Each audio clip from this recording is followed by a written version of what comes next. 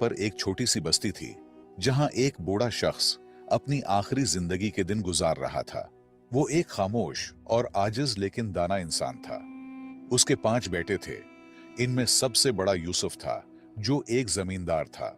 यूसुफ पूरे दिन खेतों में मेहनत करता था, जमीन को सेंचता और फसलों की देखभाल करता था। लेकिन वालिद की खिदमत करते हुए कभी कभार वो उकता जाता और दिल ही दिल में सोचता कि ये जिम्मेदारी कब खत्म होगी। शाम को यूसुफ तकाहारा खेतों से लौटता तो उसका बूढ़ा बाप हकीम खामोशी से बेटे की तकन को महसूस करता था। हकीम के दिल में बेटे के लिए बेपनाह मोहब्बत थी, लेकिन वो कुछ कहे बगैर फकत अपनी नजरें झुका लेता। कुछ अरसा बाद हकीम अपने बेटे यूसुफ के रवैये में तब्दीली महसूस करने लगा। वो जानता था कि यूसुफ अपनी तकन और जिम्मेदारियों के बोझ तले दब चुका है, और शायद उसे यह महसूस होने लगा कि बूढ़ा बाप अब उसके लिए एक बोझ बन गया है। यूसुफ का रूठा रवैया उसके वालिद को परेशान करने लगा। वो अपनी जिंदगी के आखिरी अय्याम सुकून से गुजारना चाहता था, लेकिन यूसुफ की बेरुखी ने उसे गमगीन कर दिया। कुछ अरसा बाद हकीम ने यूसुफ को करीब बुलाया और कहा, बेटा, मुझे मालूम है कि तुम पर बोझ बढ़ गया है। फिक्र न करो, मैं ज्यादा दिन तुम्हारे साथ नहीं रहूंगा। 2-3 दिन बाद मैं दूसरे बेटे के पास चला जाऊंगा। तुम अपने काम और जिंदगी पर ध्यान दो, मेरे लिए परेशान ना होना। यूसुफ ये सुनकर कुछ देर खामोश रहा। दिल में निदामत की हल्की सी लहर उठी, मगर उसके लबों पर कोई सख्त या रोकने वाले अल्फाज न आए। कुछ दिन गुजारने के बाद बूढ़ा हकीम यूसुफ के घर से निकलकर दूसरे बेटे फारूक के पास चला गया, जो एक कामयाब ताजिर था और माल वो दौलत की कमी न थी। बूढ़ा बाप फारूक के घर रहने लगा, लेकिन फारूक का रवैया भी काबिल अफसोस था। फारूक के लिए कारोबार की मसरूफियत ज्यादा अहम थी, जबकि उसकी बीवी सुसर को हमेशा नजरअंदाज करती और उनसे बात करने की जहमत भी न उठाती। हकीम दिन भर खामोशी से एक कोने में बैठा रहता, दिल में अपने बेटों की बदलती हुई मोहब्बत का गम लिए, मगर अपनी तकलीफ को कभी जुबान पर न लाता। बूढ़े हकीम का वक्त गमों के साथ गुजर रहा था। एक दिन फारूक ने अपने बीवी के बातों में आकर वालिद से कहा, बाबा, आपको मेरे साथ कारोबार में मदद करनी चाहिए, ताकि आपकी मौजूदगी का मुझे भी कुछ फायदा हो। यह सुनकर बूढ़ा हकीम खामोश रहा।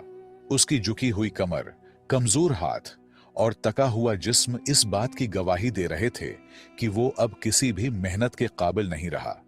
लेकिन उसने अपने बेटे की बात का बुरा नहीं मनाया, क्योंकि वो जानता था कि फारूक उसे सिर्फ जिम्मेदारी के पैमाने से देख रहा है, मोहब्बत के नहीं। सारी रात बूढ़े बाप की कांसी और दर्द भरी फरियाद से तंग होकर फारूक की बीवी ने कहा, यह बूढ़ा इंसान हमें मजीद परेशान कर रहा है।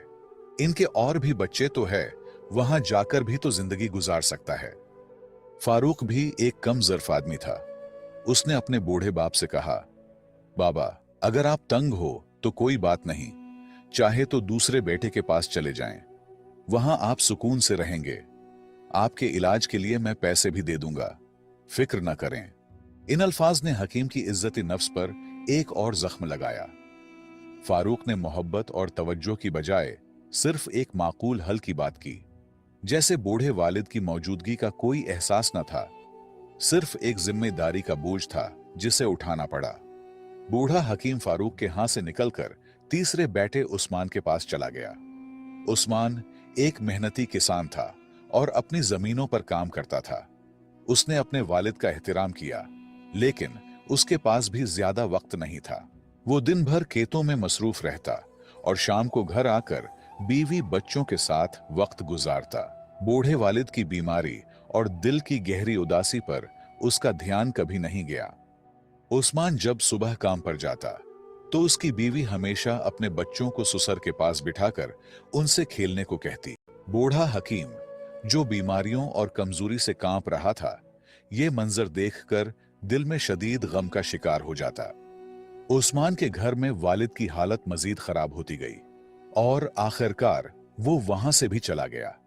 इस बार उसने चौथे बेटे अहमद के यहां जाने का फैसला किया। अहमद, जो कि एक धोखाबाज और लालची इंसान था, अपने वालिद को इस्तकबाल करने के लिए बहुत खुश था।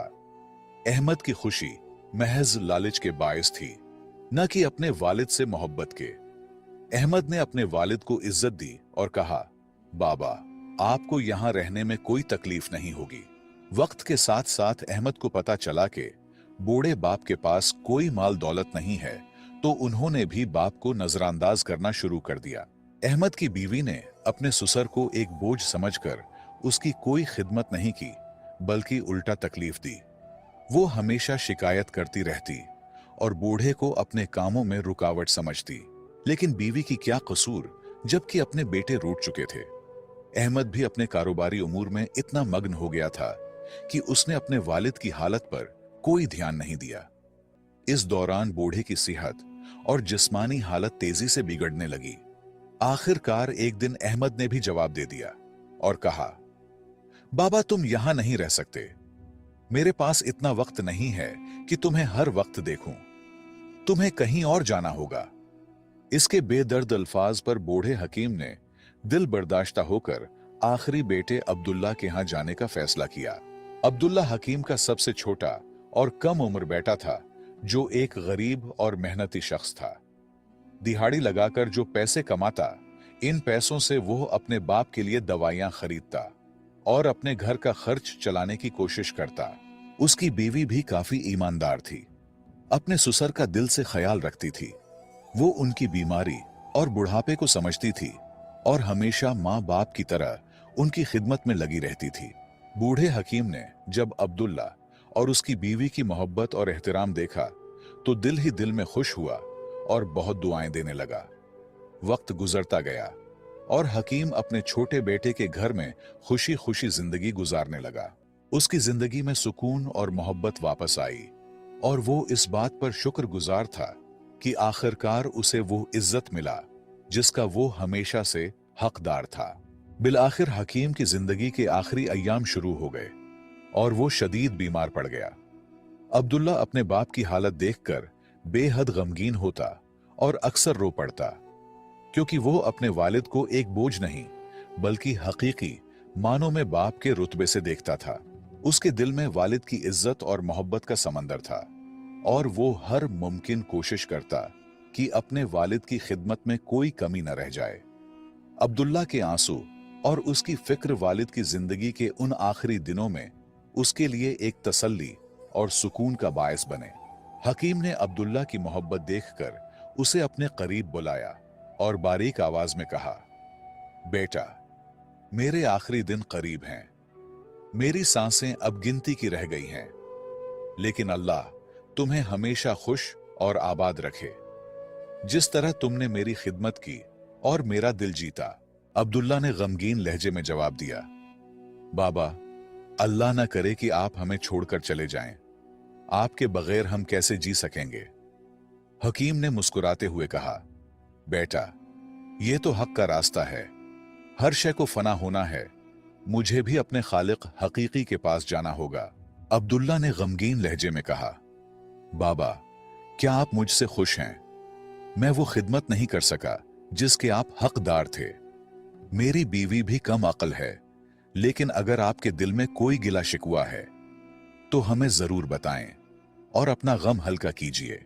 हकीम ने गहरी सांस ली और अब्दुल्ला को कहा, बेटा, एक आखिरी बात है जो मैं तुमसे कहना चाहता हूं और यह एक बड़ी अमानत है। मैंने अपनी जिंदगी में तुम पांचों बेटों का इम्तिहान लिया, लेकिन इस आजमाइश में सिर्फ तुम कामयाब हुए।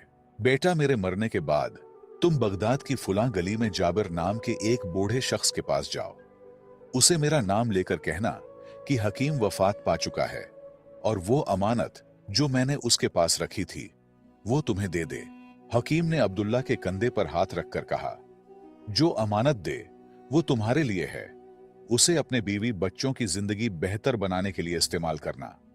ये मेरा तुम्हारे लिए आखिरी तोहफा होगा और याद रखना, बाकी बाइयों को कुछ भी ना देना। और बिलाखिर हकीम इस दुनिया से रुखसत हो गया।